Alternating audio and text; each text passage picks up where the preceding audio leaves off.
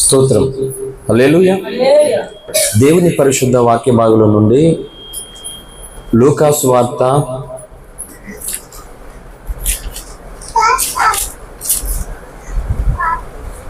12వ అధ్యాయము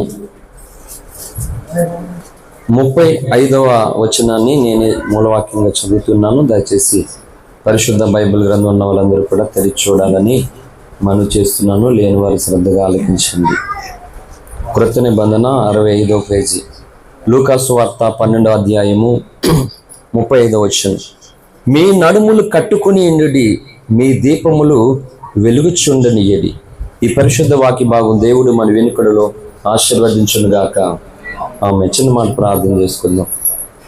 స్తోత్రం నాయన, సర్వశక్తి కలిగిన దేవ, మీ ఘనమైన నామాన్ని బట్టి స్తుతిస్తున్నాం. గడిచిన వారి నుండి నేటి వరకును నన్ను నాకు అప్పగింపబడినటువంటి ప్రజలను, మీ పిల్లలను కాపాడి ఈ దినమున నీ సన్నిధిలో మమ్మలను నిలబెట్టినందుకు మీకు హృదయపూర్వకమైన కృతజ్ఞత వందనాలు చెల్లిస్తున్నాం.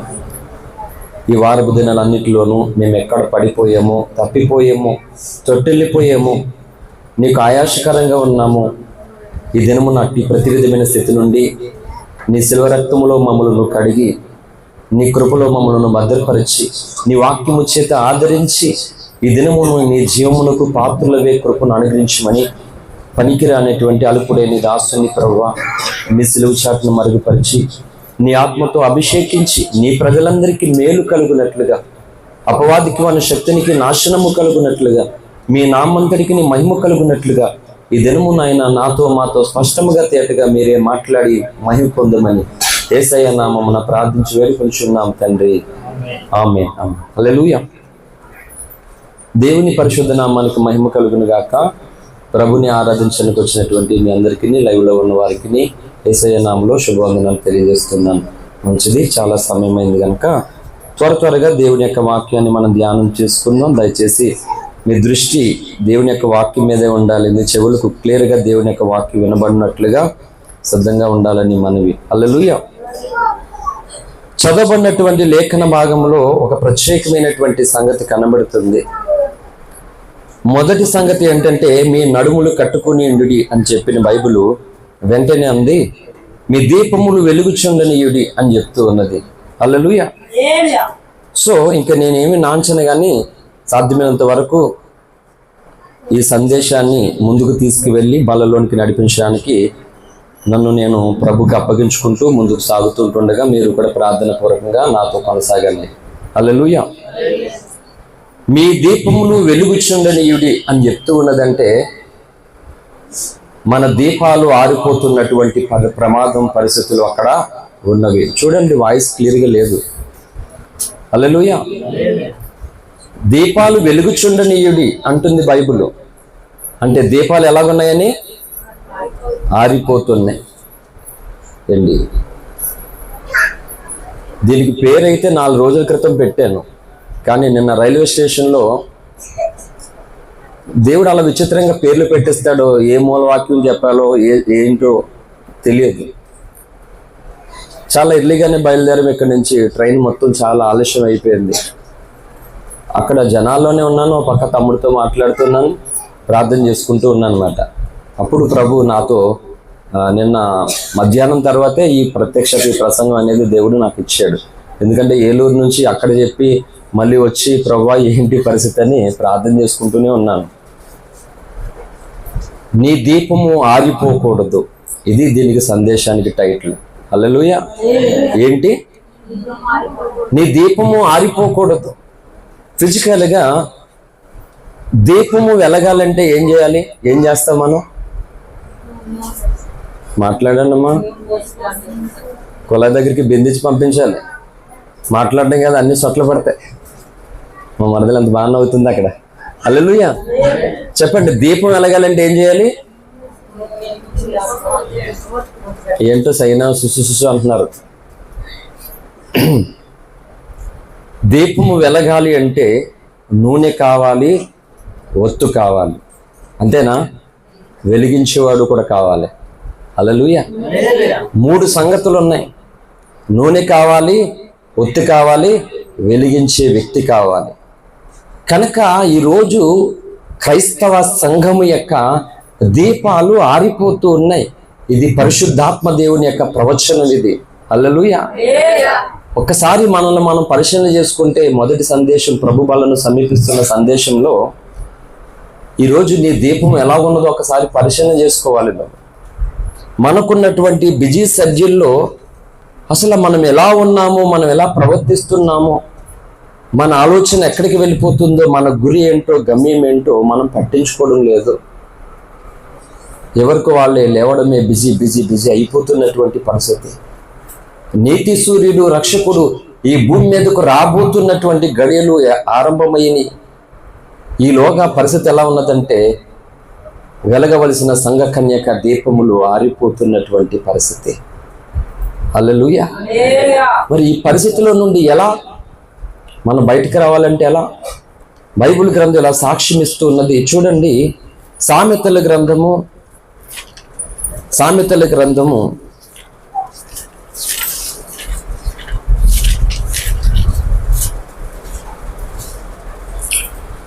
6వ అధ్యాయము 23వ వచనం. సామెతల గ్రంథము 6వ అధ్యాయము 23వ వచనం. ఆజ్ఞ దీపముగాను ఉపదేశము వెలుగుగాను ఉండును, శిక్షార్థమైన గద్దింపులు. ఆమేన్. హల్లెలూయా. ఏంటంట? దీపము వెలిగేటువంటి ప్రాసెస్ ఇప్పుడు ఆరిపోతున్నటువంటి స్థితి. ఒకవేళ మండుతూ ఉంటే దేవునికి స్తోత్రం, దేవునికి మహిమ. హల్లెలూయా. ఆజ్ఞ అంట దీపముగాను ఉపదేశము వెలుగుగాను ఉండునంట. అందుకే ఈరోజు సార్వత్రిక క్రైస్తవ సంఘము దైవ ఉపదేశము నొందడం లేదు. అందరూ చెప్తున్నారు బోధకులు. ప్రకటన గ్రంథంలో 7 సంఘాలతో దేవుడు మాట్లాడుచున్న మాట ఏంటి? సంఘములతో ఆత్మ చెప్పుచున్నటువంటి మాట చెవిగలవాడు వినుడుగాక అంటే, సరే ఆ మాట చెప్తున్న అయ్యగారు నువ్వు వింటున్నావా? ఆత్మ చెప్తున్న మాట నువ్వు వింటున్నావా? నువ్వు లోబడుతున్నావా అంటే తెలియదు పరిస్థితి. ఇలా చెప్పేవాళ్ళు చెప్తూ ఉన్నారు, వినేవాళ్ళు వింటూ ఉన్నారు. కానీ దేవుడు అనుకున్నటువంటి ఆ ప్రాసెస్ మనలో మాత్రం జరగడం లేదు. హల్లెలూయా. ఆజ్ఞ దీపము అంట, ఉపదేశము వెలుగు అంట. నేను చెప్తూ ఉన్నాను, దేవుని ఉపదేశము అంగీకరింపని క్రైస్తవులు నీలో వెలుగు ఉండదు. ఈ లోకము ఇతరులు నీలో వెలుగును చూడలేరు. వాళ్ళు దైవ ఉపదేశాన్ని నువ్వు తృణీకరించి నిరాకరిస్తే, నేను అందుకే చెప్తున్నాను, వాక్యానికి ఎంత ఇంపార్టెంట్ ఇస్తానో నా ప్రాణానికంటే ఎక్కువ ఇంపార్టెంట్ ఇస్తాను నేను వాక్యానికి. అవసరం పెట్టి చెప్తూ ఉన్నాను. అంటే దైవ ఉపదేశం అంటే బాగుందో లేదో టాలీ చేసుకోవడమా, నచ్చితే పాటించడం, లేకపోతే వదిలేసేయడమా? దైవ కార్యములు, దైవ పనిలో ఎలాంటి మైండ్ సెట్ మనకు ఉండాలి అంటే, అందుకే చెప్తున్నాను, మాటి మాటకు ప్రసంగాలలో బోధకుల కోసం మా కోసం ఎందుకు చెప్పుకుంటాం? గొప్ప కోసం కాదు. నీవు ఇలా నడవలసిందే అనేటువంటి ఆజ్ఞలు దేవుడు అప్పగిస్తున్నాడు. మరి అలాగే ఇంకొక వ్యక్తి అలా నువ్వు చెప్పు అంటే చెప్పలేరు కదా. అందుకే పౌలు అన్నాడు, నేను క్రీస్తుని పోలి నడుచుకుంటున్న ప్రకారం మీరు నన్ను పోలి నడవండి అంటే, ఇంకొకరిని నేను వెంబడించడానికి వెళ్ళా అంటే, పౌలు ఆశయము, పౌలు ఆలోచనలకు వ్యతిరేకమైనటువంటి బోధకులను వెంబడించడానికి వీలు లేదని అర్థం. అందుకని దైవజనుడు తన కోసం ఎందుకు చెప్పుకుంటాడు? అతిశయము కోసం, గర్వం కోసం, గొప్ప కోసం కాదు. అది దేవుడే ఇచ్చాడు. రేపు పొద్దుట నీ కోసం నువ్వు చెప్పాలి అంటే నువ్వు పాటించాలా లేదా? చెప్పండి, నువ్వు కలిగి ఉండాలా లేదా? అందుకే శ్రమలనే రుచిని మనం చూసేలాగా దేవుడు చేసి, ఆ శ్రమలలో దేవుడు నీకు ఎలా తోడై ఉన్నాడో నువ్వు ఒక సాక్ష్యాన్ని చెప్పాలని దేవుడు కోరుకుంటాడు. శ్రమ అనే అనుభవమే, శ్రమ అనే రుచి నీకు తెలియకపోతే, అనుభవం దగ్గరికి నువ్వు రాకపోతే, శ్రమలో ఉన్నటువంటి వ్యక్తులను నువ్వు ఎలా ఆదరిస్తావు, ఎలా ప్రేమిస్తావు, ఎలా ప్రార్థిస్తావు? నేను అందే చెప్తున్నాను, శ్రమ చేత నలిగినటువంటి వ్యక్తి శ్రమల కొలిమిలో ఉన్నటువంటి వ్యక్తులను విడిపించడానికి సమర్థుడవుతాడు, విడిపించడానికి పోరాటం చేస్తాడు. హల్లెలూయా. అందుకే భక్తి జీవితంలో శ్రమ అనేటువంటిది అది నష్టము కాదు, కానీ అది ఒక ఆయుధం. హల్లెలూయా. కనుక దేవుని పని పట్ల నాకున్నటువంటి మైండ్ సెట్ ఎలా ఉంటుందంటే, డెడ్లీ సీరియస్ మాట, అంకిత భావం ఉంటుంది, డెడికేటెడ్ మైండ్. చాలా నిష్ఠతో చేస్తాను, ఇష్టంతో చేస్తాను, ప్రేమతో చేస్తాను, భారముతో చేస్తాను, బాధ్యతతో చేస్తాను. ఈ మైండ్ సెట్ నీకుందా? దేవుని సన్నిధిలో నువ్వు ఇస్తర్లు వడ్డించినా సరే, వంట చేసినా సరే, పరిచర్య చేసినా సరే, ఆ సామాన్లు తోమినా సరే, ఏది చేసినా కానీ ఈ భావజాలం నీకు ఉందా? ఉండాలి డెఫినెట్లీగా. ఉండకపోతే దేవుడు కోరుకోడు. ఎందుకంటే ఆజ్ఞే దీపము అంట. ఈరోజు అలా లేదు కదా సంఘంలో. అంటే ఎంతకాలం మనం రక్షింపబడినా కానీ మన భావజాలం మాత్రమే పని చేయాలి. అంతే. వాక్యం నీ దగ్గరకు వచ్చేసరికి అది పని చేయడానికి వెళ్ళా. వాక్యం నీలో పని చేయకపోతే ఎంత ప్రమాదమో తెలుసా? 30 ఏళ్ళు ఎంత మెడిసిన్ వాడినా ఏ మెడిసిన్ కూడా నా రోగం నుండి నన్ను విడిపించలేదు. లక్షల రూపాయలు అయిపోయింది, మనశ్శాంతి లేదు, నెమ్మది లేదు, ప్రసవ వేదన అయిపోయింది. కానీ ఇప్పుడు మాత్రం నా జీవితంలో వాక్యం అలాగయ్యే ప్రసక్తే లేదు అసలు. అందుకే నన్ను నేను ఎంతమందిని ఎంత గాఢంగా ఇష్టంగా ప్రేమించినా అంతకంటే గాఢంగా వాక్యాన్ని ప్రేమిస్తాను.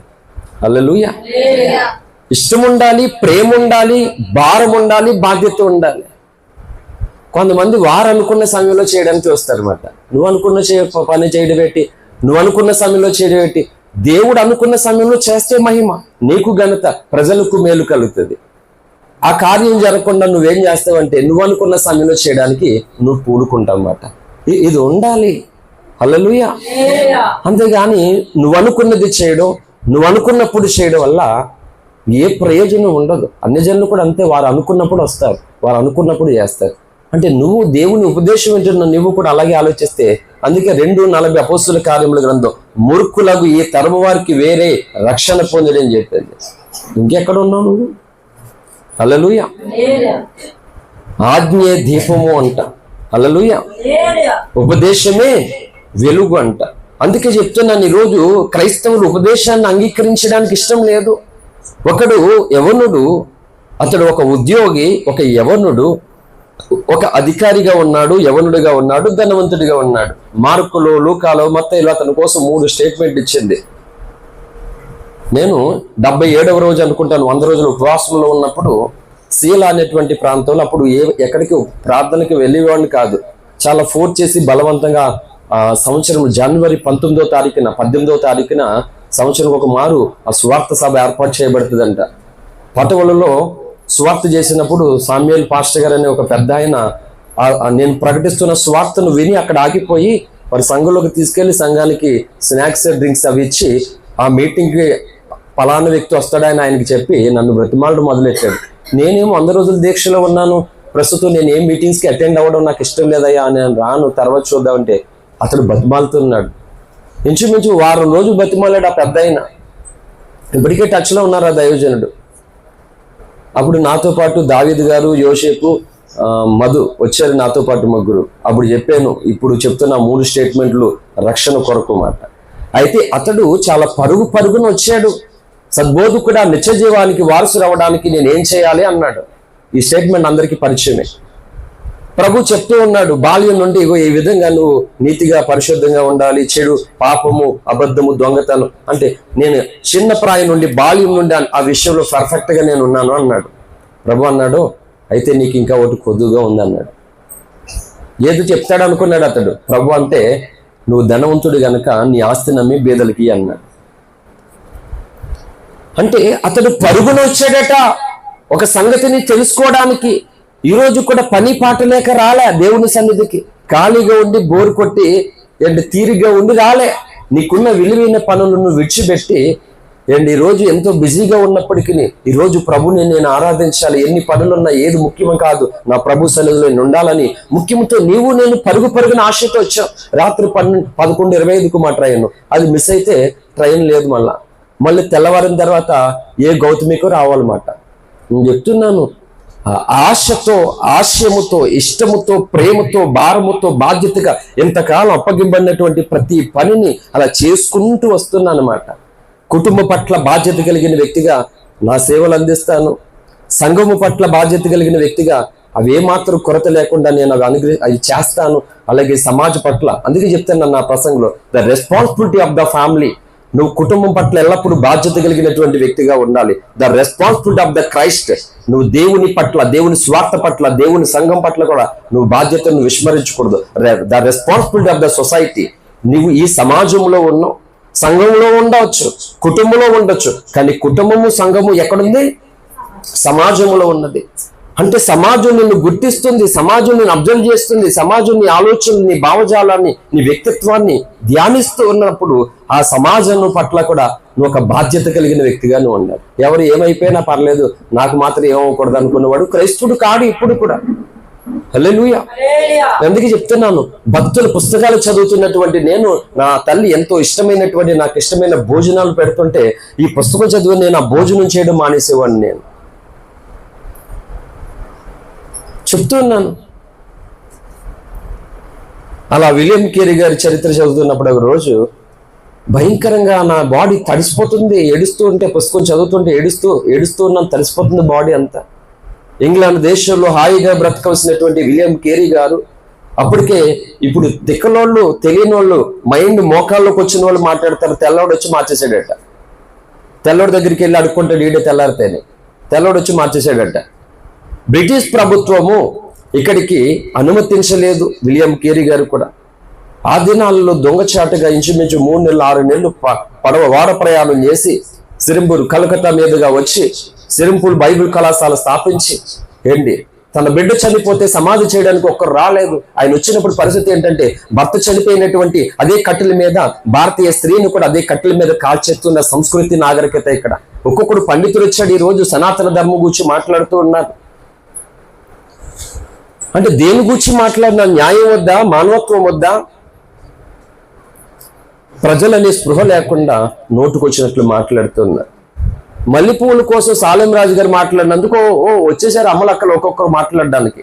పక్క రాష్ట్రమైన మణిపూర్లో స్త్రీలను వస్త్రహీనులు చేసి, మానభంగం చేసి ఊరంతా తిప్పి ఊరేగించినప్పుడు సాటి సిగ్గులేదానికి పువ్వుల కోసం మాట్లాడుతుంటే ఒక్కొక్కది వచ్చి మాట్లాడుతుంది.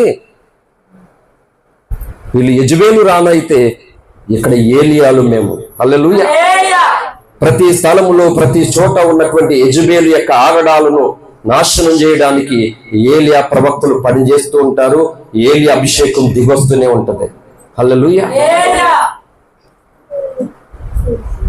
ఇదేంటి, భర్త చనిపోయాడు, తన కాలం అయిపోయింది, ఈ బిడ్డలను కూడా తన కన్నబిడ్డలకు ఈ స్త్రీని దూరం చేయడం ఏంటి? ఇదేం సంస్కృతి, ఇదేం నాగరికత అనే రూపుమాపి భారతదేశంలో సతీ సహగమనం అనేటి దాన్ని లేకుండా చేశాడు విలియం కేరీ గారు. అప్పటికి రాజా రామ్మోహన్ రాయ్ గారు ఉన్నారు, కానీ ఆయన వల్ల ఏమి కావట్లే. ఆయన కూడా విలియం కేరీ చరిత్ర ఇది.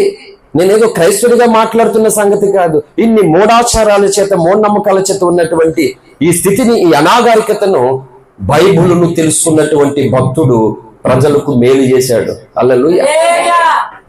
ఎంతో మందిని చావకుండా బ్రతికించిన విలియం కేరీ గారికి తన కన్నబిడ్డను చనిపోతే సమాధి చేయడానికి ఒక్కరు లేరు. భార్య అంది, అయ్యా ఎక్కడైనా దేవుడు ఉన్నాడు కదా, మన దేశంలో సంతోషంగా మనం బ్రతుకుతున్నాం, ఇదేంటి ఎక్కడికి నువ్వు తీసుకొని వచ్చావు? పిల్లలకి తిండి లేదు, నాకు లేదు, నీకు లేదు. ఇక్కడ మనల్ని అర్థం చేసుకునే వాళ్ళు, పట్టించుకునేవారు లేరయ్యా. కనీసం నీకేమైనా అర్థమవుతుందా? కానీ ఇప్పుడు మారిపోతున్నాయి ఇక్కడ, మనం బ్రతకం ఇక్కడ, వెళ్ళిపోదాం మన దేశానికి అని భార్య విలవిస్తుంది, ఏడుస్తూ ఉంది. చివరికి భార్య పిచ్చిదైపోయింది, చచ్చిపోయింది. కొడుకు చనిపోయాడు, పిల్లలు ఒక్కొక్కరు చనిపోయారు. ఎంతో కష్టపడి అచ్చేయలేనటువంటి కాలంలో తన స్వహస్తాల చేత బైబిల్ను ఇంచుమించు 18 భాషల్లో ప్రింట్ చేసినటువంటి ప్రార్థన వీరుడు, అభిషిక్త దైవజనుడు విలియం కేరీ గారు. నేను చెప్తున్నాను, కనీసం ఆ భక్తుల పుస్తకాలు చదవండి, మీకు దండం పెడతాను. నీ కఠిన హృదయము, మూర్ఖత్వపు ఆలోచన పగిలిపోతుంది మాట ఉండదు అసలు. ఏదో మనం బ్రతుకుతున్న అవసరం బట్టి మాట చెప్తున్నాను. ఇల్లు కట్టుకోవాలి, పెళ్లి చేసుకోవాలి, ఉద్యోగం చేసుకోవాలి, పని చేసుకోవాలి, వ్యాపారం చేసుకోవాలి. ఎందుకు ఇవన్నీ? దేనికో తెలిసి ఇవన్నీ కూడా నీకు అనుగ్రహింపబడినటువంటి రక్షణలో కొనసాగుతూ నీ వల్ల ఇతరులకు ఏ మేలు అవుతుందో అవి చేసుకోవడానికి ఇవన్నీ చేసుకోవాలి. అంతేగాని రక్షణ పొందకుండా ఇవన్నీ చేసుకోవడానికి, నీ భక్తిలో కొనసాగకుండా ఇవన్నీ చేసుకోవడానికి కాదు. ఈ జీవితం దేవుడిచ్చింది. నీవు పొందినటువంటి రక్షణలో నీకు దొరికినటువంటి దేవుని నమ్మకంగా నువ్వు వెంబడించడం కొరకు, ఇతరులకి సాధ్యమైనంత వరకు ఉపయోగపడడం కొరకు నువ్వేం చేస్తావు అన్నీ చేసుకుంటూ కొనసాగాలి మాట. భక్తి కొరకు ఇది, కానీ దీని కొరకు భక్తి కాదు. ఇది మీరు గుర్తుపెట్టుకోవాలి ఎల్లప్పుడూ. ఈ మైండ్ సెట్ నీకు రాకపోతే నీ జీవిత కాలంలో ఎన్ని ప్రసంగాలన్నా సరే నిన్ను చెక్కలేవు. రాతి బండను చెక్కాలంటే ఏం కావాలి? ఉలి కావాలి, శాన కావాలి. అవి లేకపోతే ఆ బండను చెక్కడానికి అవ్వదు. అలాగే ఈరోజు మానవ కఠిన హృదయములను పరిశుద్ధాత్ముడు తన ఉలి చేత చెక్కుతూ ఉంటుండగా నువ్వు చెక్కడానికి అప్పగించుకోవాలి మాట. కుమ్మరవాణి సారి మీదకు మట్టి తను అప్పగించుకుంటే ఒక అందమైన రూపం వచ్చినట్లుగా ఎవరైతే అలా పరిశుద్ధాత్మకు తను అప్పగించుకుంటారో నీ స్వభావం, నీ ఆలోచనలు పోయి, అందుకనే పైనున్న వాటి మీదే మనసు పెట్టుడు అని చెప్పింది కొలసీ పత్రిక 3 భూ సంబంధమైన వాటి మీద మనసు పెట్టొద్దు అని చెప్పింది. ఎందుకు అంటే ఇప్పటికీ దైవజనులు కానీ విశ్వాసులు కానీ ఇక్కడ చచ్చే వరకు ఇక్కడే. మరి ఎప్పుడు దాని మీదకి నీ మనసు వెళ్తుంది అంటే పరిశుద్ధాత్మ ఉలి నీ మీద ప్రయోగించినప్పుడు వెళ్తుంది అన్నమాట.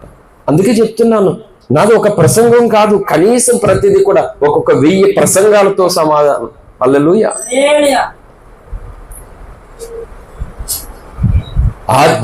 ఆజ్ఞ దీపము, ఉపదేశం వెలుగు. ఆ ధనవంతుడు అధికారి యవనుడు ఏంటి నిత్య జీవాన్ని దేని కొరకు పోగొట్టుకున్నాడు? ఆస్తి కొరకు. అంటే ప్రభు ఉపదేశాన్ని అంగీకరించాడా? ఈరోజు నీకు నచ్చింది నువ్వు తీసుకుంటావు, నచ్చలేదు అంత అంటే దేవుని వాక్యంలో నచ్చలేంది కూడా ఉంటుందా? నాకు ఒక డౌట్, చెప్పాలి మీరే. దేవుని వాక్యంలో నచ్చలేంది ఉంటుందా? మనం మార్కెట్కి వెళ్తాం, చేపల మార్కెట్ అయినా కూరగాయల మార్కెట్ అయినా, అందులో కొన్ని ఏరేస్తుంటాం మనం, ఇది మంచిది లేదు, ఇది పాడైపోయింది, ఈ డాగులు ఉన్నాయి, లేకపోతే ఇది మాగిపోయింది అని వేరుతాం అందులో. అలా దేవుని వాక్యాన్ని కూడా వేరుకుందామా? కొంతమంది వాగ్దానాలు పిచ్చోళ్ళు ఉంటారు.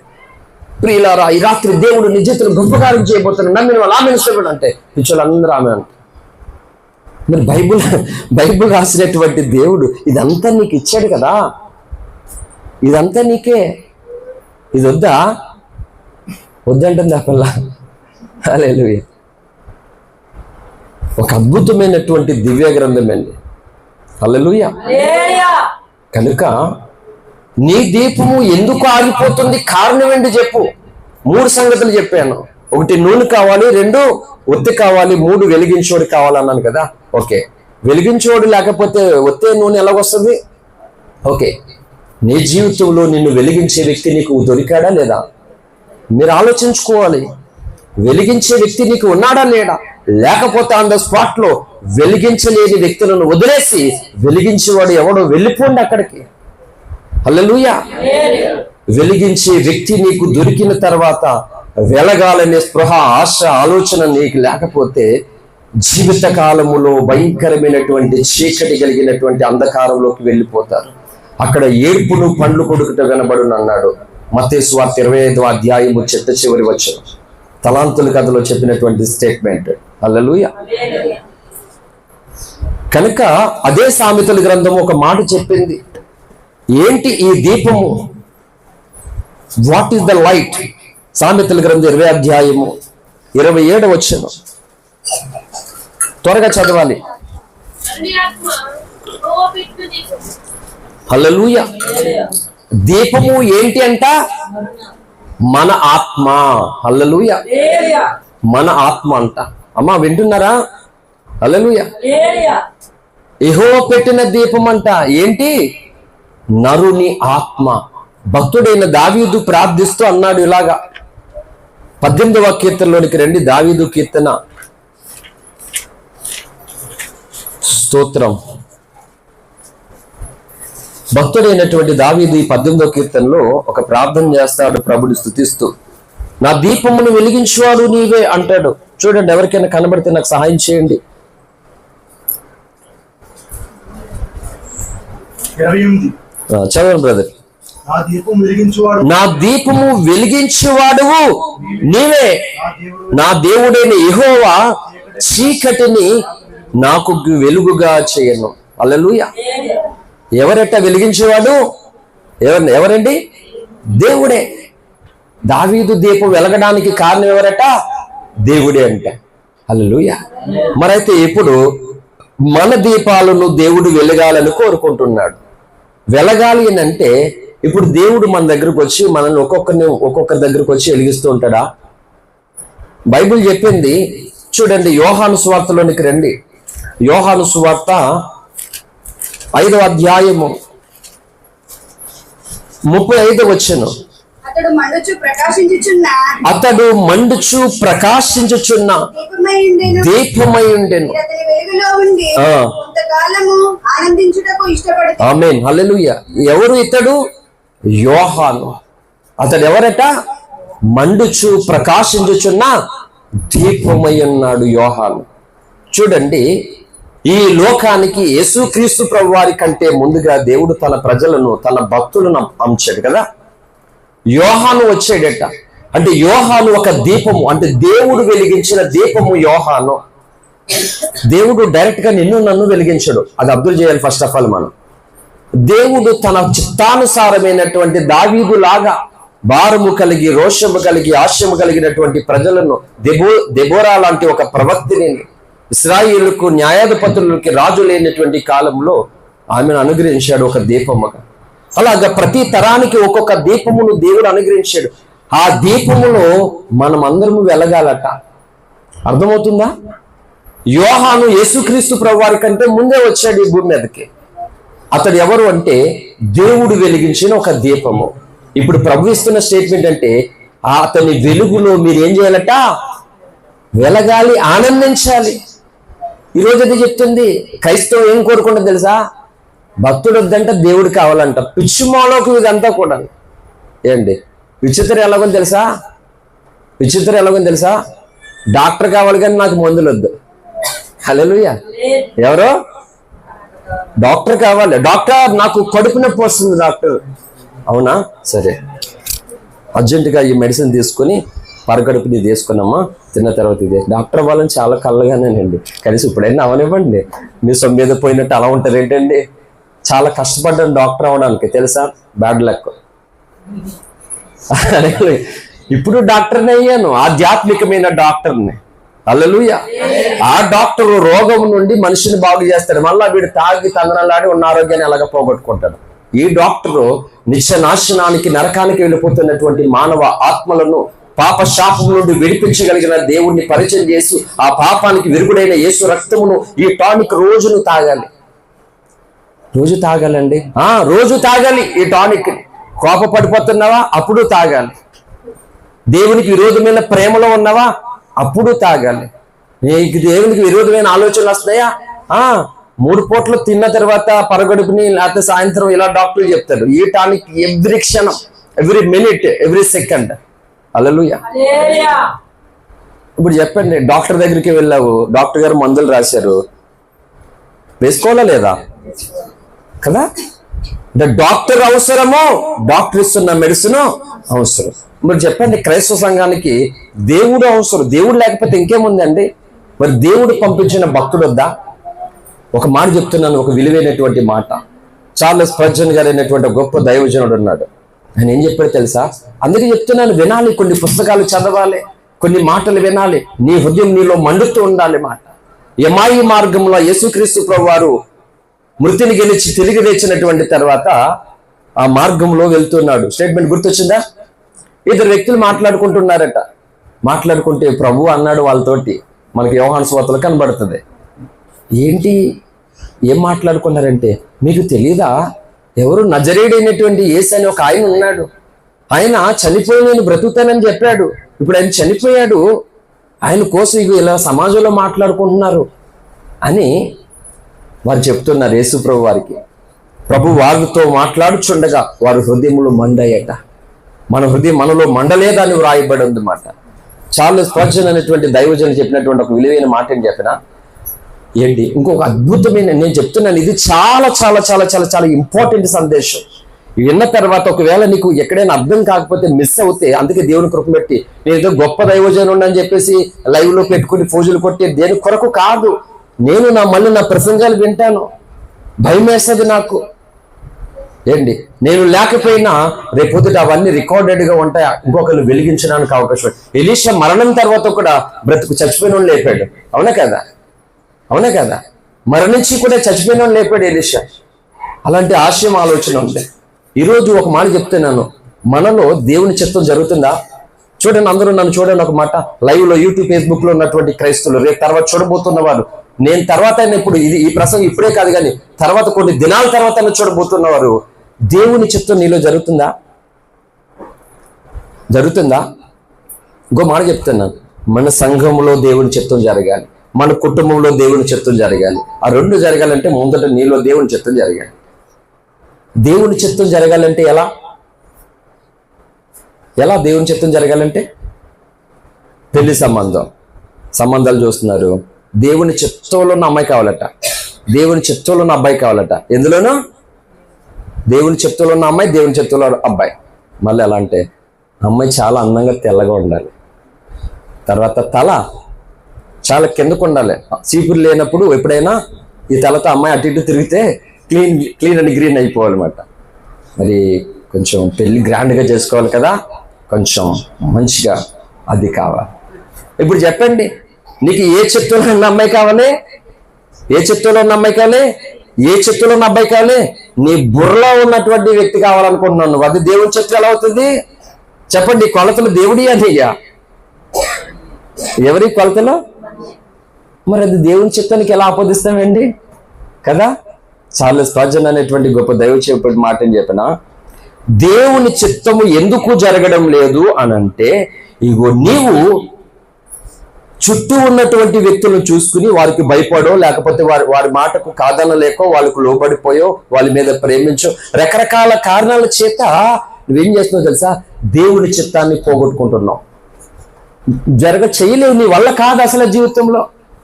అందుకే మొండిగట్టాలిగా మాట. ఇంకా అమ్మాయినా అంతే, ఇంచుమించు 6 నెలలు మాట్లాడడం అనిసింది మా అమ్మ. 30 ఏళ్ళు కడుపులో నన్ను చిన్న బిడ్డలాగా పెంచినటువంటి నా తల్లి 6 నెలలు మాట్లాడడం అనిసింది నాతో. ఎందుకు?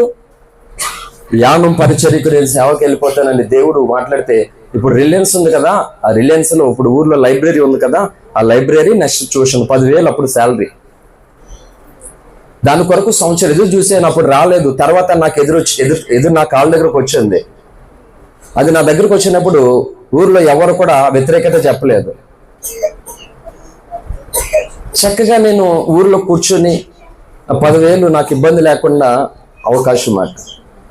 అప్పుడు అభిషేకం తీసుకుని క్లియర్గా దైవజనుడి చేత యానం పంపబడడానికి నేను వెళ్ళిపోతున్న సమయంలో ఇది నా దగ్గరకు వచ్చింది, ఒక అడ్డుగా అనమాట. కొన్ని మేలైనవి, ఇష్టమైనవి, నచ్చినవి మన దగ్గరకు వస్తాయి. అరే బాగానే వచ్చిందిరా అని మనం అనుకుంటాం. అసలైన దాన్ని పోగొట్టడానికి కొన్ని వస్తుంటాయి నీ దగ్గరికి, తెలుసా నీకు? ఏంటి కొన్ని వచ్చాయని దేవునికి దూరం అవ్వద్దు. ఒకటే, మన జీవితంలో ఏది వచ్చినా రాకపోయినా నేనైతే నీకు దూరం కాను, నేనైతే నిన్ను వదలను. ప్రభు చెప్పాలి, ప్రభువా నువ్వు నాకు ఏమీ చేయలేదని నేను వదిలేస్తాను అనుకుంటున్నావేమో, నువ్వు బాధపడతానేమో కానీ నేను వదిలేసే ప్రసక్తి ఏమీ లేదు. అసలు నువ్వేమి కలలు కనుక అసలు నా ప్రాణమైన ఎలా వదిలేస్తాను, కానీ నిన్ను మొక్కే నేను ఇంకొకరిని మొక్కడమా? ఇంపాసిబుల్ అనుకుంటావు. నాకు ఆరోగ్యం ఇవ్వలేదని, నా అప్పులు తీర్చలేదని, నేను అనుకున్నది ఏమీ జరగలేదని నిన్ను మానేసి ఇంకొకరిని అనుకుంటున్నావేమో.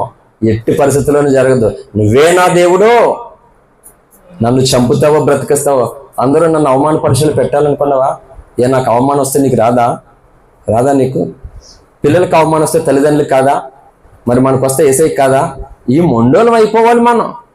కానీ మన బాధ ఏంటంటే ఏసైకి అవమానం వచ్చినా పర్లేదు, మనకు మాత్రం రాకూడదు. అంతే తెలివైన వాళ్ళు ఇప్పుడు కదా.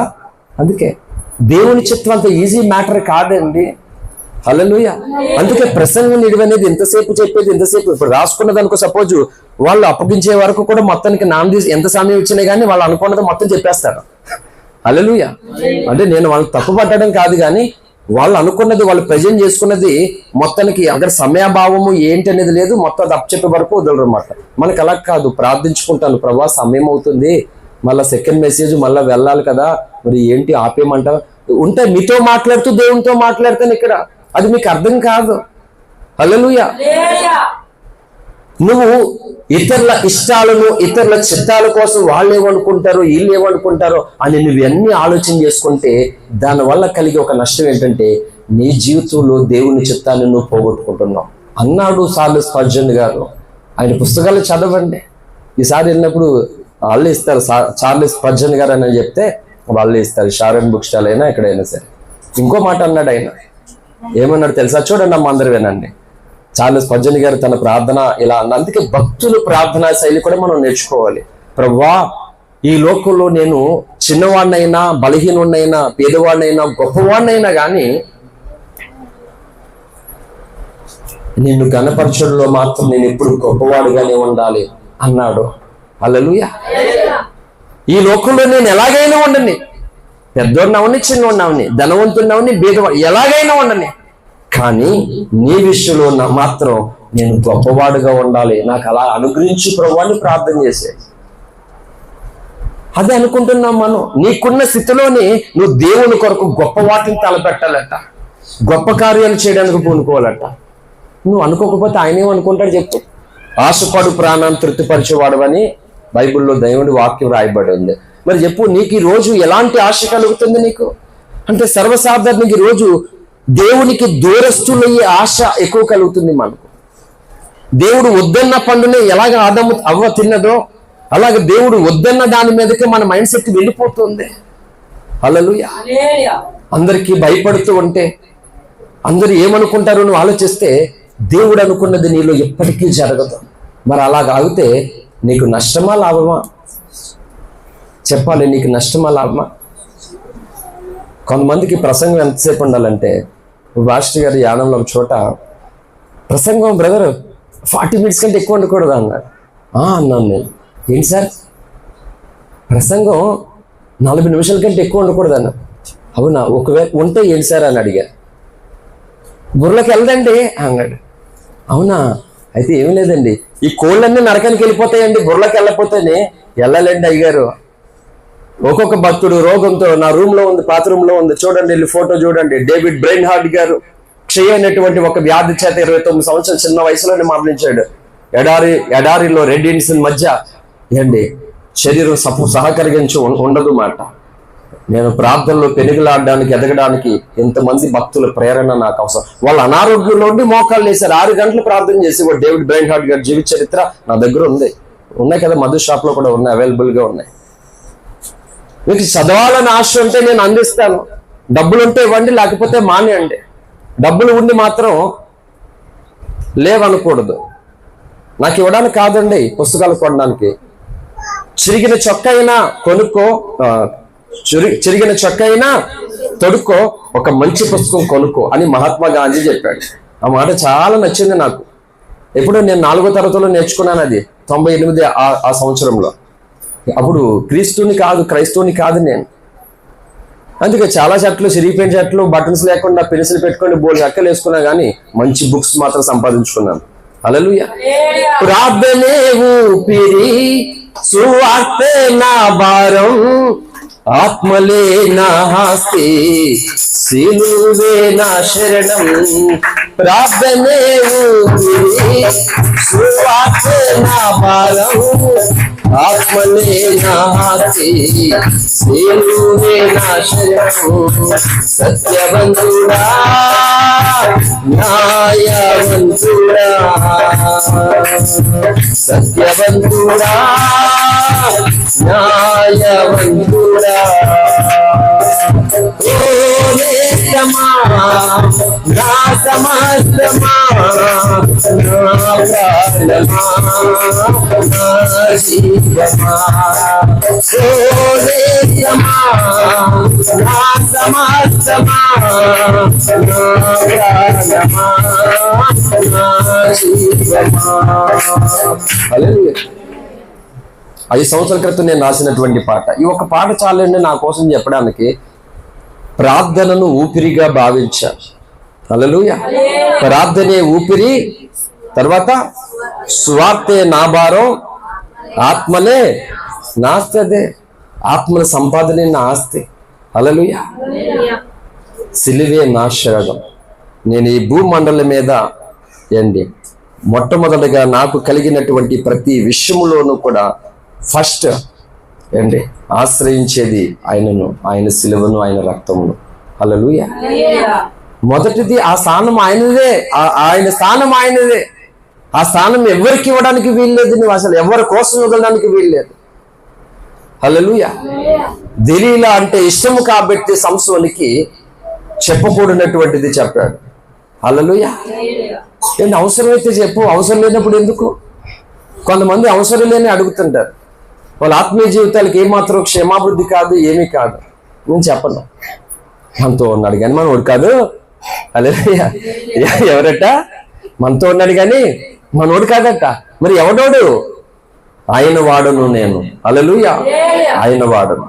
కాబట్టి నువ్వు ఇతరుల ఆలోచనలు, ఇతరులు ఏమనుకుంటారనే జీవితం అంతా దీనికోసం నువ్వు ఆలోచించుకుని ఒక మాట చెప్తున్నాను. ఇతరులు ఏ టైప్ అంటే ఏదైనా చిన్న తేడా కనబడితే 4 బెడ్లు వేసే టైప్ మాట. అయ్యో ఎందుకు వేస్తున్నారు మీరు బెడ్లో? వేయడానికి వీలు లేదు, అడ్డురారు, పనిలో పని 4 కూడా వేసేయడం చూస్తారు మాట.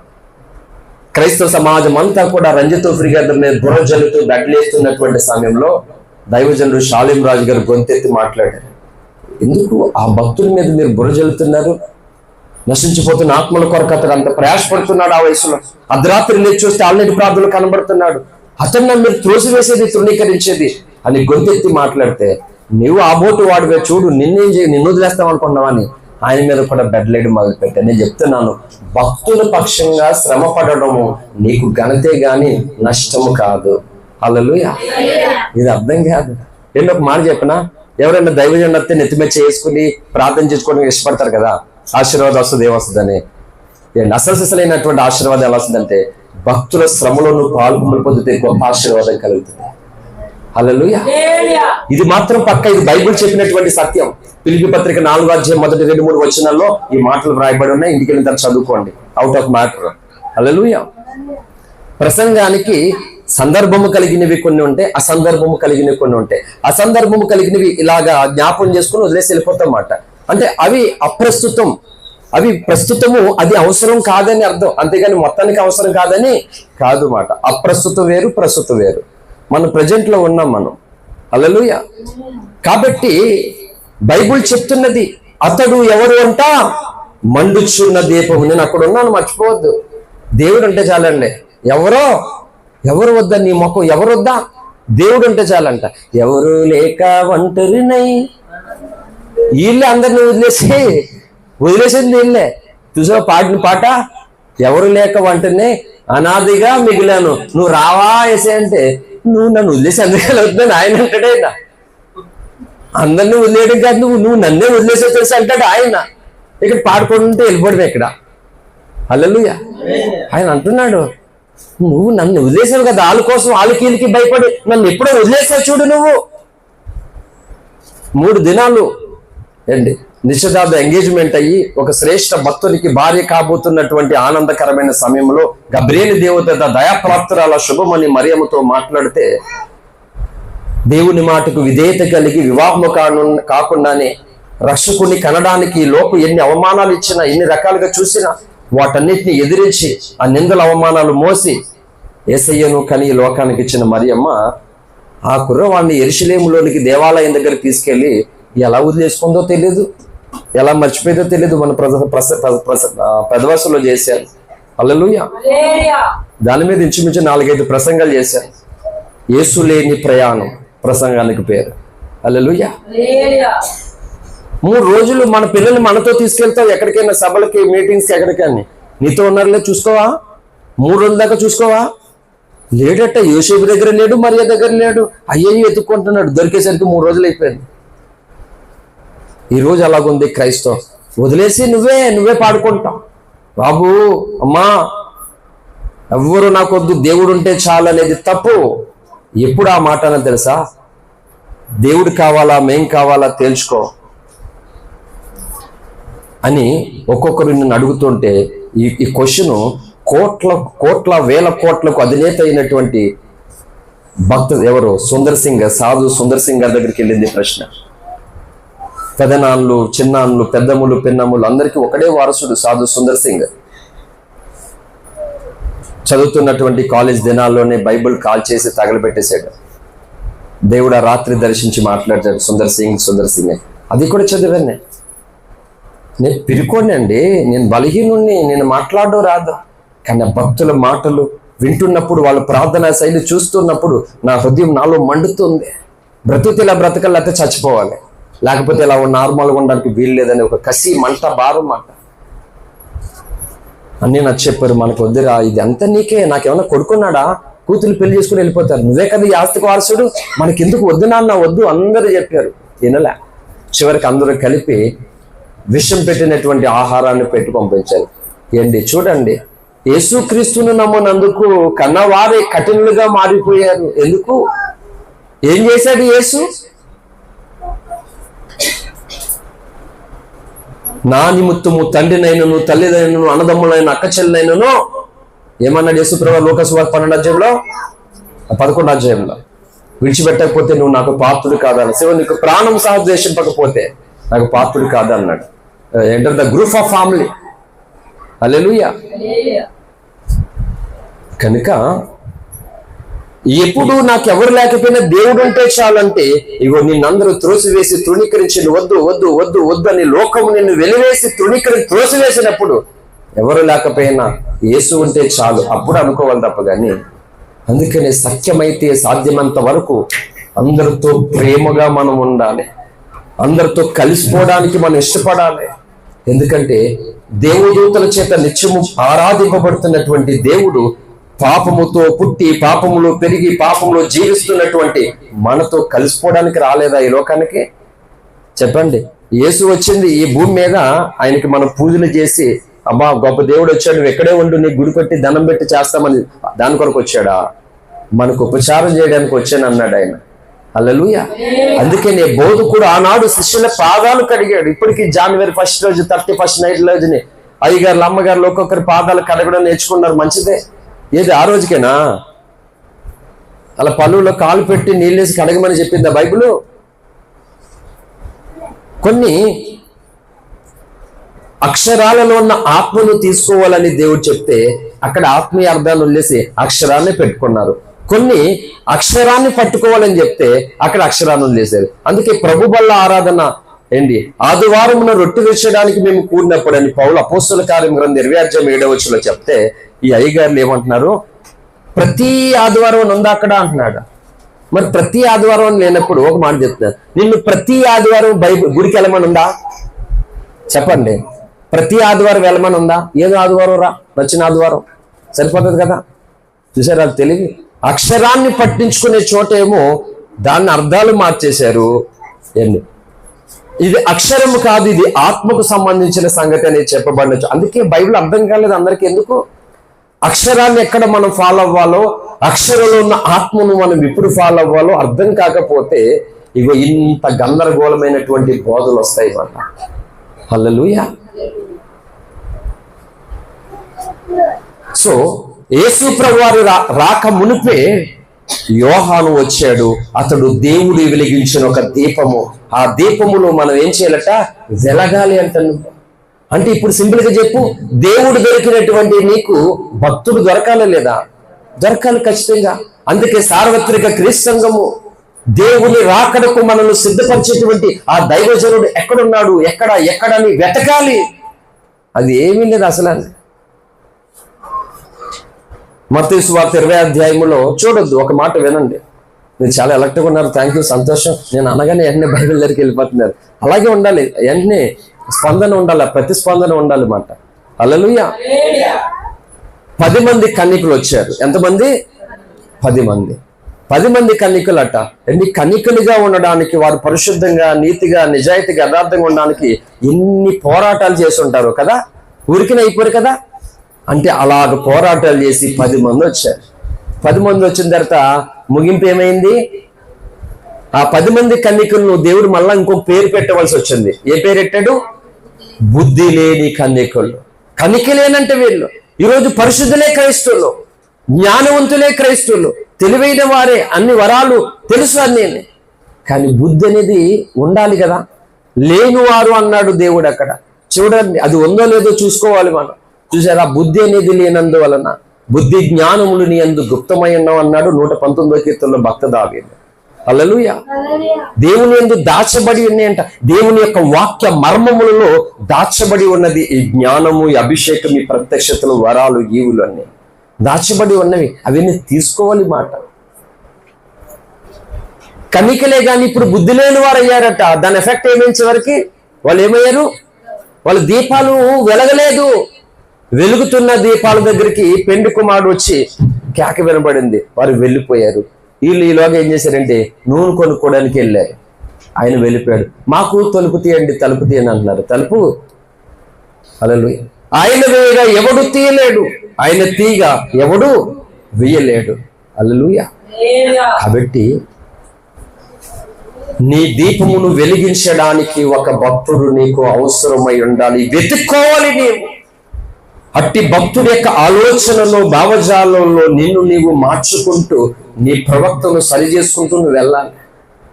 మేము ఇలా సింపుల్గా నార్మల్గా ఉంటాం కాబట్టి చాలా వరకు ఏం చేస్తారంటే 190% మంది క్రైస్తువులు మేము చిన్నవాళ్ళమే కదా అని చెప్పేసి మొత్తం మా మీద భయంకరంగా బలవంతంగా అభిప్రాయాలు మోపేస్తారు. మా మీద మాట బలవంతంగా పెట్టేస్తారు.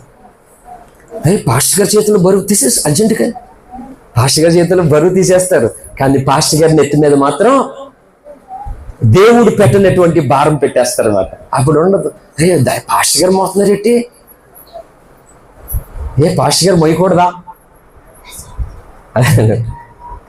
బలవంతంగా మోపుతూ ఉంటారు. అక్కడ ఇబ్బంది అవుతుంది, పోరాటాలు కలుగుతూ ఉంటాయి. అందుకన్నా అన్న మా అమ్మ మాట వినేవాడిని కాదు. ఇప్పుడు మా భార్య మాట కూడా సాధారణంగా నేను వినను. అసలు ఆ మాట ఈ మాటకి లింక్ అవుతేనే వింటాను, లేకపోతే విన్నాను. నా కూతురు అయినా సార్ డాడీ మా మాట వినబట్టి అని చెప్తాను.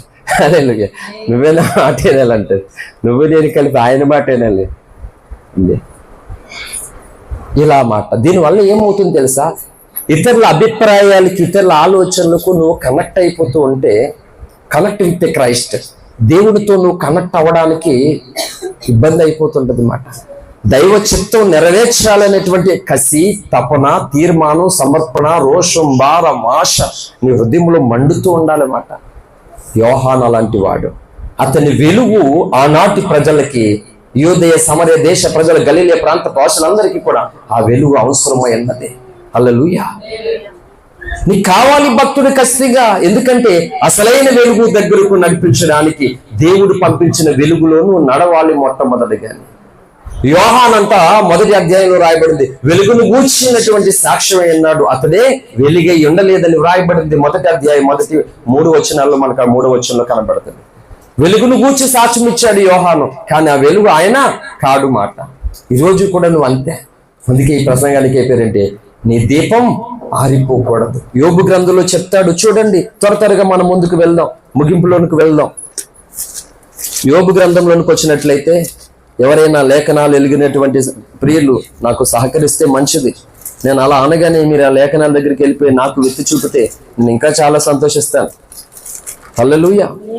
నా దగ్గర అలాగా కొందరైనా తయారు కావాలనేది నా ప్రార్థన, నా ఆశ, నా దాహం. 18వ అధ్యాయం యోబు గ్రంథము 5వ వచనం.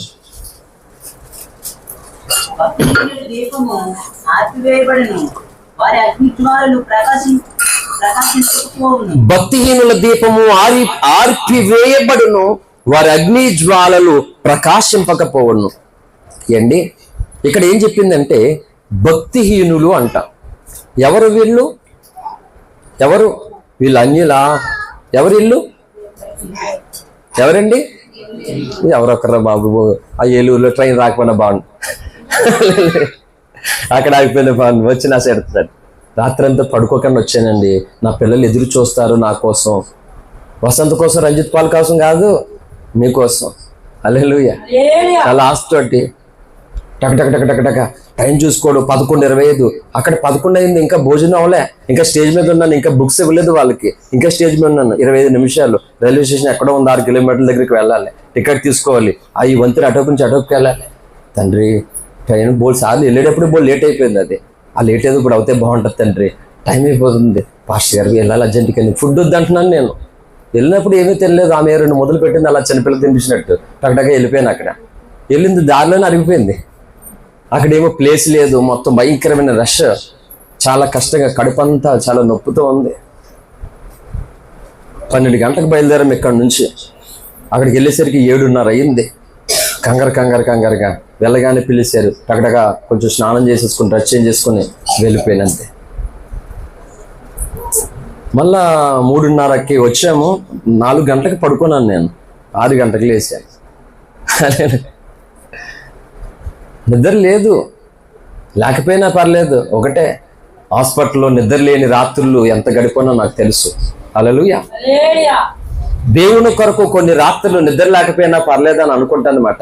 ఎందుకంటే దేవుడు లేని రాత్రులు, దేవుడి దగ్గర గడపని రాత్రులు ఎన్నో ఉన్నాయి మాట. అవి కాలరాత్రులు అనుకోవచ్చు. కాబట్టి యాకోబులాగా ఎబ్రేకురేవు దగ్గర రాత్రంతా పెరుగులాడే రాత్రులు కూడా నాకు చాలా ఉన్నాయి. హల్లెలూయా. మెలకు కలిగి ఉండాలంటే భోజనం మానేయాలి. రాత్రులు ప్రార్థన చేసుకోవాలి ఎక్కువ సమయం అనుకునేటువంటి వారికి చిన్న ట్రిప్స్ మాట. ఏం లేదు, కొన్ని మొండు మరకలు పోవాలంటే పెట్రోల్ డీజిల్ ఇలాంటివి ఉపయోగించుకోవాలి. నిమ్మకాయ ఏంటి, ఏ సోపు ఏ సర్ఫ్ వేసినా పోవు కొన్ని మొండు మరకలు. పెట్రోల్, డీజిల్, నిమ్మకాయ ఇవి కొన్ని కఠినమైనటువంటి మరకలు వదిలేస్తాయి అన్నమాట బట్టలు. ఓకే, అలాగన ఎక్కువ సమయము రాత్రి అందరూ పడుకున్న సమయంలో మనం మెలకువ కలిగి ప్రార్థన చేసుకోవాలి అంటే వెరీ సింపుల్, భోజనం మానేయాలి. ఇది నా అనుభవం. ప్రార్థన చేసుకోవడం కొరకు బోల్డ్ సార్లు మానేశాను భోజనం. ఒకటిసారి 2 సార్లు కాదు, బోల్డ్ సార్లు.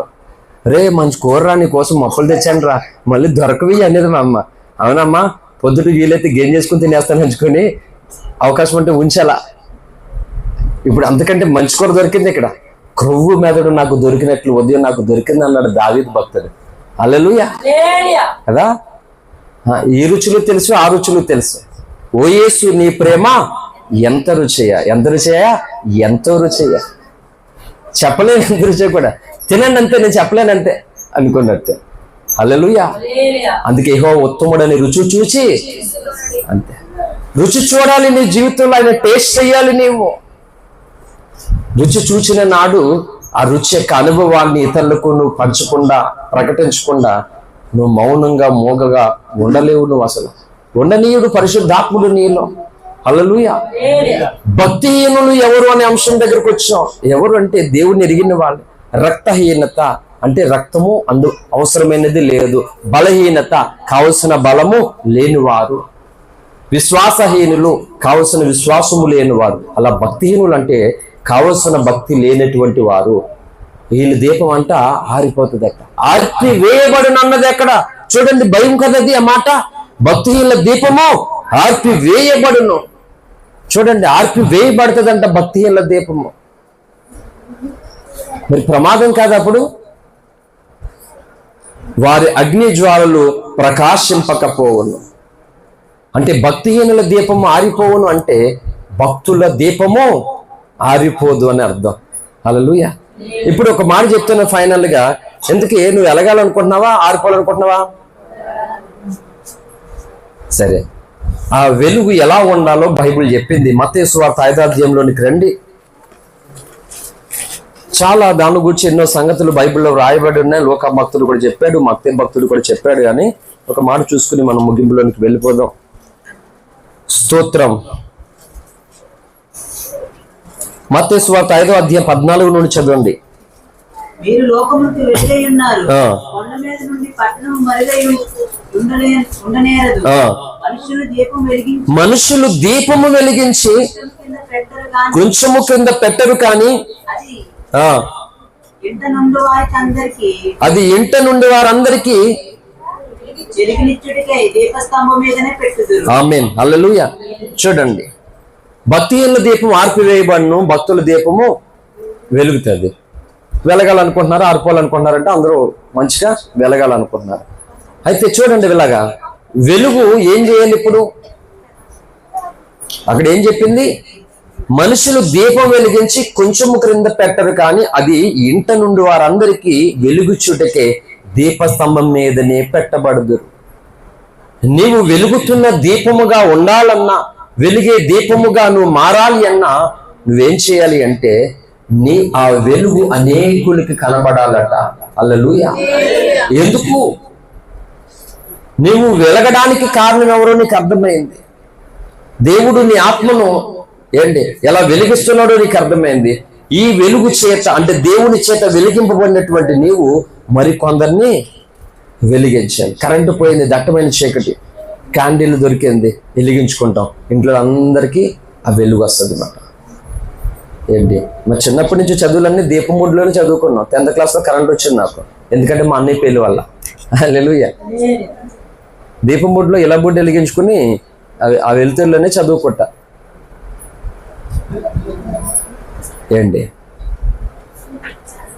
ఈరోజు నీ వెలుగు నువ్వు వాక్యము ద్వారా వెలిగించబడుతూ నువ్వు ఎలా ఉండాలంటే చీకటిలో, అంధకారములో పాపంలో ఉన్నటువంటి ప్రజలకు నీ జీవితం నీవు వెలుగుమయంగా ఉండాలి.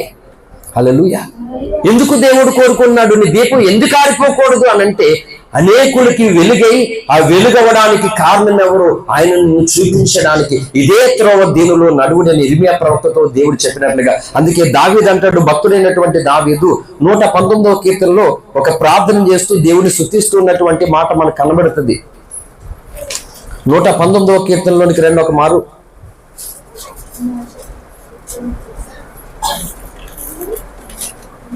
119వ కీర్తన అక్కడ ఏమంటాడంటే, నీ వాక్యము నా పాదములకు దీపము, నా త్రోవలకు వెలుగు అంటాడు. ఎక్కడమ్మా? 105 అంట. నీ వాక్యము నా పాదములకు దీపమును, నా త్రోవలకు వెలుగునై ఉన్నది. దేనికంటే వెలుగు? త్రోవలకు. త్రోవలో వెలుగు అంటే దేనికంటే, చూడండి అందరు నా వైపు చూడాలి. త్రోవలో వెలుగు ఎందుకంటే ఆ త్రోవలో హానికరమైనవి ఏమైనా నీ మీద దాడి చేయడానికి పొంచి ఉన్నాయా లేదా చూసుకోవాలి. ఆ త్రోవలో నీకు ప్రమాదము కలిగించేవి ఏవి ఉన్నాయో నీకు కనబడాలంటే వెలుగు కావాలి. ఆటోమేటిక్గా వెలుగుతోటి మనం వెళ్ళామనుకో, ఏదైనా హానికరమైన పురుగులు ఏమన్నా అక్కడ ఉన్నా, పాములు ఏమన్నా అవి పక్కకి వెళ్ళిపోతాయి. అలాగా నీ వాక్యమే నా పాదములకు దీపము, నా త్రోవలకు వెలుగు. ఈ రోజు ఎందుకు చెప్తున్నాను?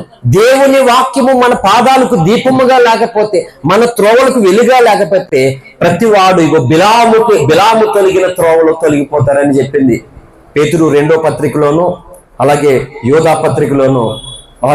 వాళ్ళు కయీను నడిచిన మార్గంలో నడిచిపోయి వాళ్ళు బిలాము వలె తప్పిపోయి అని రాయబడి ఉన్నది మాట. బిలాము త్రోవలు, కయీను త్రోవలు, ఇస్కరేతీ యోధా త్రోవలు ఉన్నాయి బైబిల్లో అన్నమాట.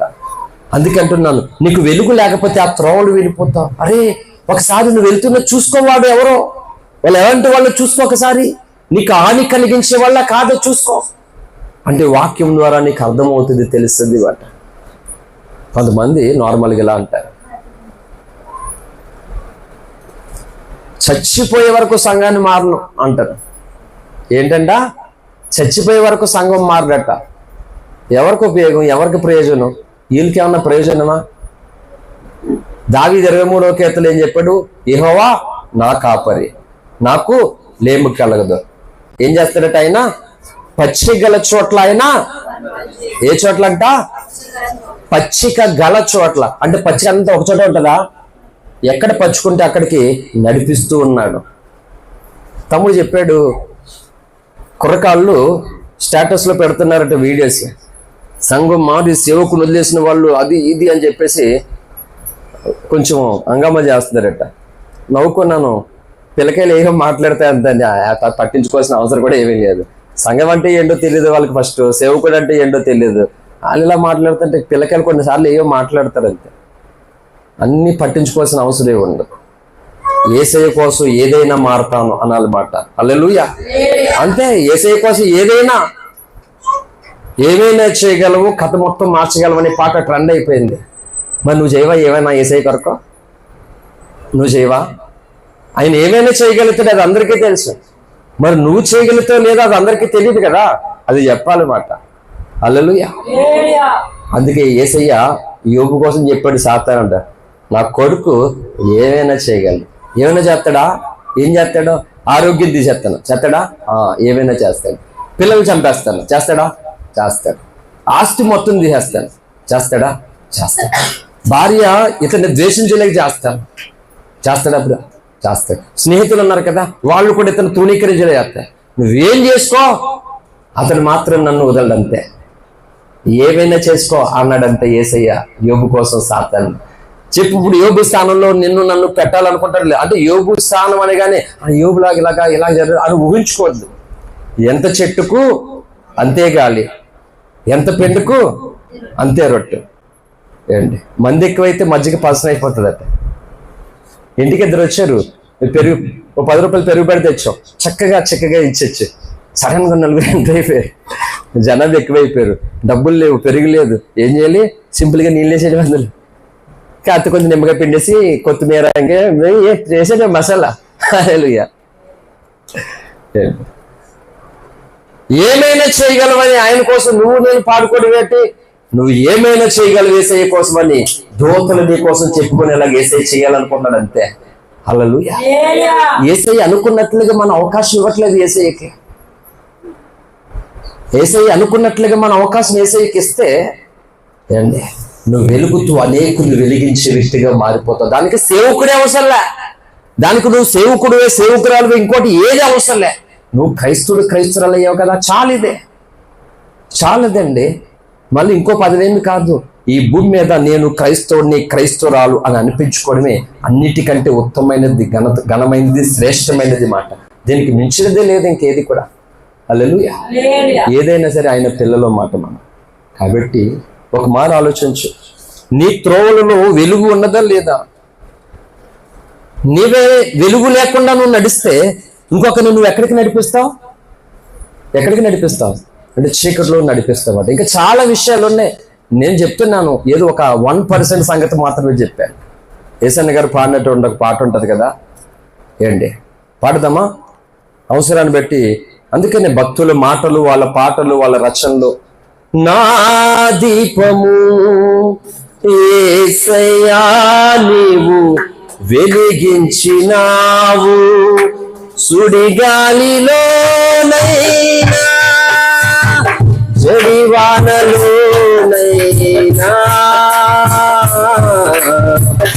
ఆరిపోదులే నీవు వెలిగించిన దీపము, నీవు వెలిగించిన దీపము, నీవు వెలిగించిన దీపము, నా దీపము యేసయ్యా నీవు వెలిగించినావు. హల్లెలూయా. ఒక మాట చెప్తున్నాను, దేవుడు వెలిగించిన దీపాలు అంటే ధనవంతులుగా ఉంటారా, బలవంతులుగా ఉంటారా, అన్ని రంగాల్లోనూ గొప్పవాళ్ళుగా ఉంటారంటే దేవుడు వెలిగించిన దీపం లాజరు. హల్లెలూయా. ఎవరు? లాజరు. ఆరోగ్యం ఉందా, ధనం ఉందా, ఇల్లుందా, ఆప్తులు ఉన్నారా? ఏమీ లేదు. మరి ఎలాగయ్యాడు దేవుడు వెలిగించిన దీపం? అది చెప్తున్నాను. అనారోగ్యము గాని, పేదరికము గాని, ఆకలి గాని, మనుషులు గాని ఏ ఒక్కరు కూడా లాజరు దీపాన్ని ఆర్పివేయలేకపోయారు. అనగా దేవుడి మీద ఉన్న ప్రేమను గాని, విశ్వాసాన్ని గాని ఇన్ని పరిస్థితులు ఏది కూడా ఆటంకపరచలేకపోయింది. అది మాట. హల్లెలూయా. ఈరోజు మనల్ని యేసన్న గారు చెప్పినటువంటి ఆ పాటలో ఇంకా మంచి లిరిక్స్ ఉన్నాయి. అది ఒక అద్భుతమైనటువంటి గొప్ప ప్రసంగం మాట ఆ పాటలో దాగి ఉంది. ఏంటి? ఊరు గాలులట, సుడిగాలులట. ఎస్, చూడండి, ఇలాగా నీ దీపాన్ని ఆర్పివేయడానికి సాతానుడు అనుదినము అనునిత్యము ప్రయత్నిస్తూనే ఉన్నాడు, నీ చుట్టూ తిరుగుతున్నాడు. 1 పేతురు 5:8 ప్రకారంగా నిబ్బరమైన బుద్ధి గల వారే మెలకుగా ఉండడి, మీ విరోధైన అపవాది గర్జించే సింహం అని ఎవరిని మృంగుతారని వెతుకుతూ తిరుగుతూ ఉన్నాడు. దేవుడేమో నిన్ను నిత్యము వెలిగించడానికి భక్తుల్ని రేపుతాడు, నీకోసం ప్రార్థించే వాళ్ళని రేపుతాడు. నీ ద్వారా ఏదో అలాగా నిన్ను మన్నించడం ఎందుకో చెప్పాను. ఒక మాట చెప్తున్నాను, దేవుడి చేత వెలిగింపబడినటువంటి వారు ఒక స్థలంలో ఒక చోట కుదురుగా మౌనంగా ఉండలేరు మాట. ఆ మంట మండుతూ ఉంటుంది మాట. అందుకే నేను చెప్పాను, మీకు గుర్తుంటుంది. ఏం చెప్పాను? నాకు ఓపుకున్నంత వరకు చేస్తాను, తర్వాత వదిలేస్తానని చెప్పాను. ఎప్పుడైనా నా ప్రసంగాల్లో ఎప్పటి వరకు చేస్తానన్నాను? ఊపిరి ఉన్నంత వరకు. అప్పటి వరకు ఆగదు ఈ పని, ఆగదు ఈ సేవ, ఆగదు ఈ పోరాటం. ఆర్పివేసే వాళ్ళు 3 మంది బయలుదేరారు, ఖచ్చితంగా బయలుదేరుతారు నీ జీవితంలో.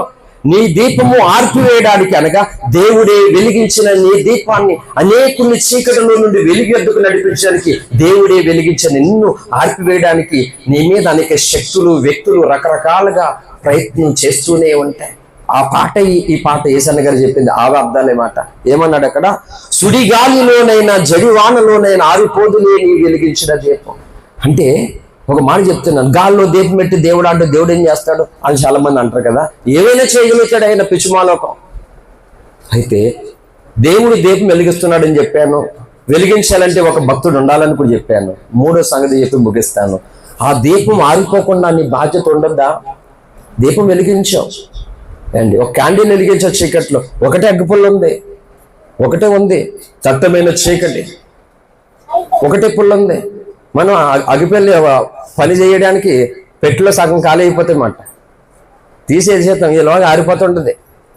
కాబట్టి ఒకటే ఉంది. ఆ ఒకటే ఉన్నప్పుడు ఇప్పుడు వెలుగు కావాలి, ఇంకా ఏమీ లేదు, అవకాశం లేదు. ఇప్పుడు చాలా ఇంపార్టెంట్. ఇప్పుడు ఈ పుల్లని ఎంత జాగ్రత్తగా చెప్పండి, మామూలుగా తీసి చేస్తాం అలాగా జాగ్రత్తగా, అది ఇరిగిపోకుండా, ఆ మంట ఆరిపోకుండా ఎంత కేర్గా చూసుకుంటా. నేను చెప్తున్నాను, దేవుడు మనల్ని అంత కేర్గా చూస్తుంటే నిన్ను అలా తయారు చేయాలని, నిన్ను అలా నడిపించాలని నీ పట్ల అంత కేర్ఫుల్గా ఉన్నాడు దేవుడు. కానీ నీకు లేదు, దేవుడు నీ పట్ల ఎలాంటి బాధ్యత వహిస్తున్నాడో అది నువ్వు తీసుకోకపోతే ఎలా చెప్పండి? నీ దీపం ఆగిపోకుండా నీ ప్రేమేమేమి ఉండొద్దా?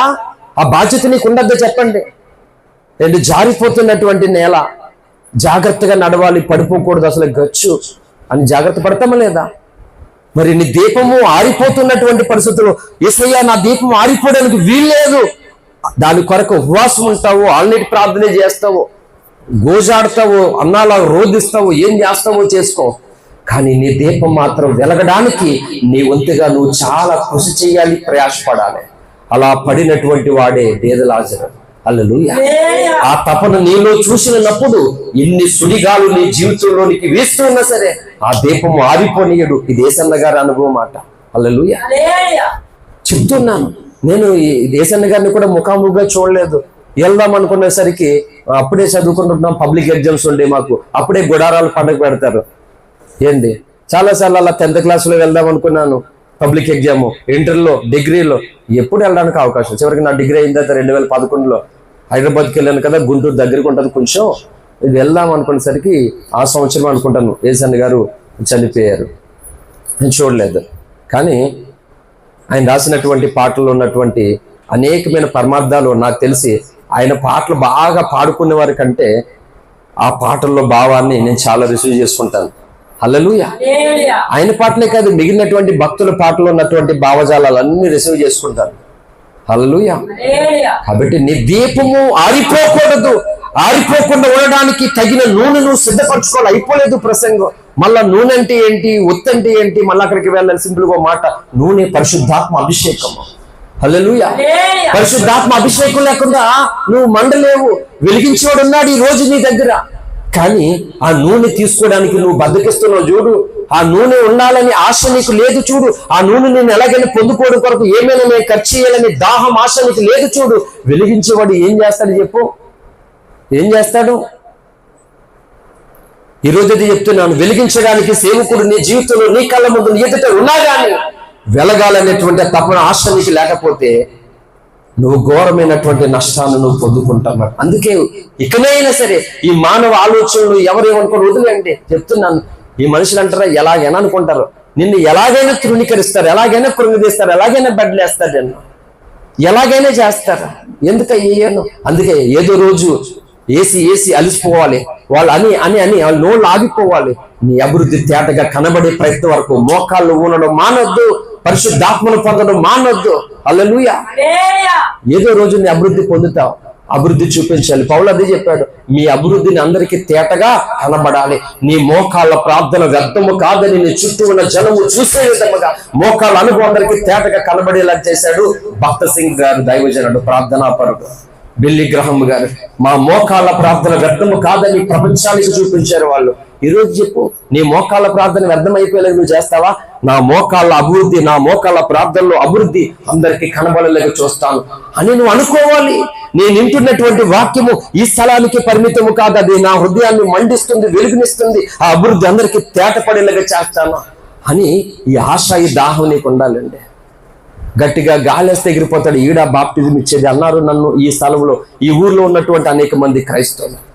నా కోసం ఏమీ తెలియదు, నా ఆశ తెలియదు. భోజనము కంటే వాక్యానికి ఇంపార్టెంట్ ఇస్తాను, నిద్ర కంటే మోకాళ్ళ ప్రార్థనకి ఇంపార్టెంట్ ఇస్తాను, నా సంతోషం కంటే ఒకరి ఆత్మను రక్షణలో నడిపేందుకు ఇష్టపడతాను.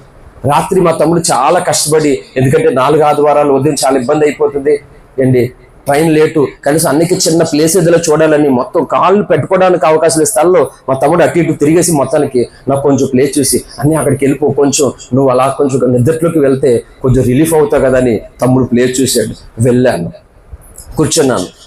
అది చాలా కష్టంగానే ఉన్నది. కూర్చున్నాను అనమాట. ఎందుకు వాడు కాలు చాపుకొని అలా పడుకుని పోయాడు. వాడు వాడు ఒళ్ళో కూర్చున్నాడు కొద్దిగా.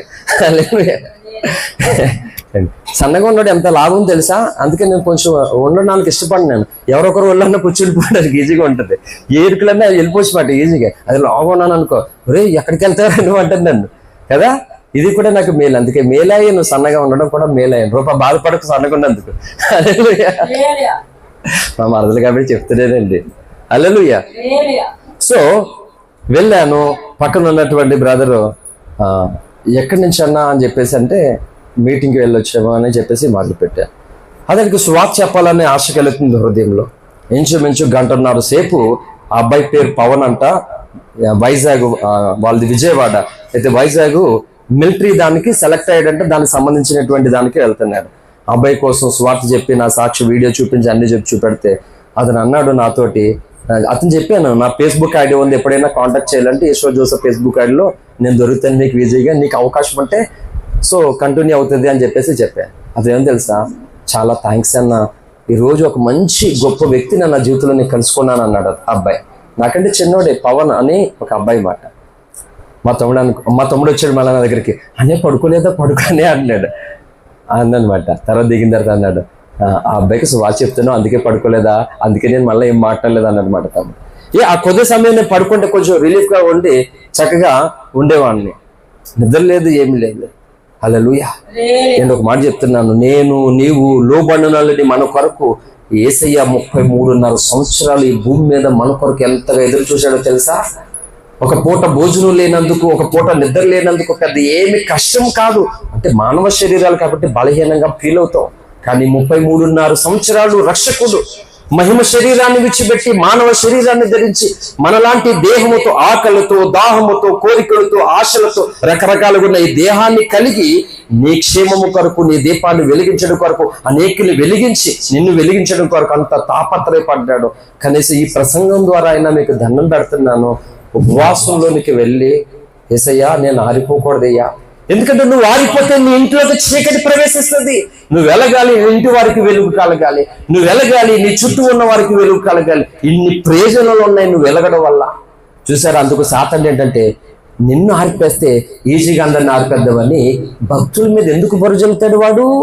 భక్తులు వెలుగు వారు చూస్తే వెలుగుగా మారిపోతారని వీళ్ళలో ఒక లోపం చూపించి వీళ్ళ మీద ఒక బురద చెప్పి అబద్ధ సాక్ష్యాన్ని క్రియేట్ చేస్తే వాళ్ళని ఎవరు పట్టించుకోరు, వాళ్ళు వెలుగుని ఎవరు ఆస్వాదించరు, వాళ్ళని ఎవరు వెంబడించరు. అప్పుడు నా పని ఈజీ అయిపోతుందని సాతానుడు భక్తుల మీద టార్గెట్ చేస్తూ ఉన్నాడు. మీ అందరి కోసం ప్రార్థన చేస్తుంటే నా మీద దాడి చేయకుండా మౌనం ఉంటాడు సాతానుడు. చంపేసేలాగా చేశాడు దాడి. భయపడి మానేస్తానా? పిరికివాడిని కాదు. కొంతమంది ప్రార్థనలకు కొన్ని స్థలాలకి నేను చెప్తున్నాను, అటువంటి మైండ్లో ఉన్న వాళ్ళు మార్చుకోండి దయచేసి. ఎంతో ఆశయము, ఆలోచన, ఆశతో కలిగినటువంటి సంఘ సేవకుడిగా పనిచేస్తున్నాను. లేని వాళ్ళు, బలహీనలు, కష్టాల్లో ఉన్నటువంటి వారు ప్రార్థన పెట్టుకుంటే వాళ్ళ ఇంటికి వెళ్ళి ప్రార్థన చేస్తే ఆ దయ్యాలు వచ్చేస్తే అది మనకంటే పతనని ఇటువంటి పిచ్చి ఆలోచనలు మార్చుకోండి దయచేసి, క్రైస్తవ సమాజంలో ఎవరైనా సరే ఉంటే. అదే చెప్తున్నాను, ఇతర కష్టకాలంలో నువ్వు పాలు పంపులు పొందుట, వాళ్ళ కన్నీళ్లతో పాటు నీ కన్నీళ్లు కూడా అక్కడ ఒలికించుట, నీకు అది గొప్ప దీవెనకరంగా దేవుడు ఉంచుతాడు. అది హల్లెలూయా. అంతేగాని భయపడిపోయి ఆ దీవెనను పోగొట్టుకోకూడదు. నీవు ఎన్నో రకాలుగా దీవెనిస్తాడు యేసయ్య. నువ్వు అనుకున్నట్లుగా ఏడు అయినా, నువ్వు అనుకున్నట్లుగా చేయడు. కాబట్టి నీ చుట్టూ నీ దీపం ఆరిపోయేలాగా అనేక మంది ప్రయత్నం చేస్తున్నారు. ఎన్ని ప్రయత్నాలు ఎంతమంది చేసినా నా దీపం ఆరిపోకూడదు, నా దీపం వెలిగించేటువంటి వ్యక్తులు నాకు కావాలి, నా దీపం వెలిగించే సహవాసం నాకు కావాలి, నా దీపం వెలిగేటువంటి మాటలు నాకు కావాలి. అవే ఒత్తులండి. హల్లెలూయా. నూనె పరిశుద్ధాత్ముడు ఒత్తులు ఆ భక్తుల మాటలు, ఆ సహవాసము, ఆ సంఘము మాట. హల్లెలూయా. నేను ఆల్మోస్ట్ చాలా వరకు ఈ క్లుప్త ప్రసంగం అంటే మీరు పెద్దది అనుకోవచ్చు, నా దృష్టికి చాలా చిన్న ప్రసంగమే. సాధ్యమంత వరకు నువ్వు మండడానికి పరిశుద్ధాత్మ దేవుడు నా హృదయంలో పెట్టినటువంటి మంట మీ ముందు పెట్టాను. ప్రియ సంగమా, ఈ మంటలో నువ్వు మండుతావా, లేకపోతే నాకొద్దు ఈ రోజుకి ఇక్కడి వరకు నేను ఉంటాను, తర్వాత మళ్ళా నా ఆలోచనలు, నా ఇష్టాలు, నా ఉద్దేశాలని జీవిస్తావా, నీ ఇష్టం.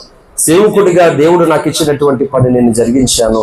వెన్న నీవు మోకరించి ఆయన ఎదుట ఏ తీర్మానం సమర్పణ చేసుకుంటావో రండి, మోకాళ్ళు వేసి ప్రభువా నా దీపము ఎలాంటి పరిస్థితులు వచ్చినా ఆరిపోకూడదు, భక్తిహీన దీపం ఆర్పివేయబడినట్లుగా నా దీపం ఆరిపోకూడదు, నేను వెలగాలనుకుంటున్నానయ్యా, నన్ను వెలిగించు ప్రభువా, అనేకులకి నేను వెలుగవ్వాలని ప్రభు సన్నిధిలో మనం సమర్పణ చేసుకుందాం. ఈ మాటలు దేవుడు దీవించి ఆశీర్వదించును గాక.